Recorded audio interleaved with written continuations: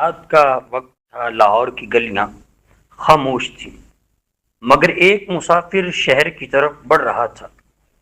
کسی کو اندازہ نہیں تھا کہ یہ مسافر آنے والے زمانوں میں لاکھوں دلوں کا روحانی رہنما بن جائے گا۔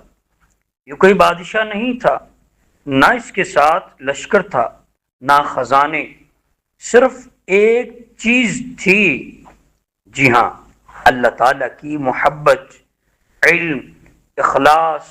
یہ تھے حضرت سیدنا علی بن عثمان الحجویری رحمۃ اللہ تعالی علیہ، جنہیں دنیا آج داتا گنج بخش کے نام سے جانتی ہے۔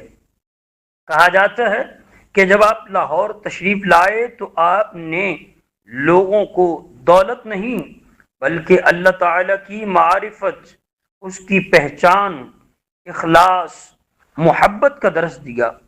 آپ کی مجلس میں امیر بھی بیٹھتے تھے اور غریب بھی۔ ہر آنے والا اپنے دل میں ایک نئی روشنی لے کر اٹھتا تھا۔ آپ کی مشہور کتاب کشف المحجوب نے صدیوں سے طالب علموں اور اہل تصوف کے لیے رہنمائی کی ہے۔ اس کتاب میں انسان کو اپنے رب کی پہچان، اخلاص اور اصلاح نفس کی دعوت دی گئی ہے۔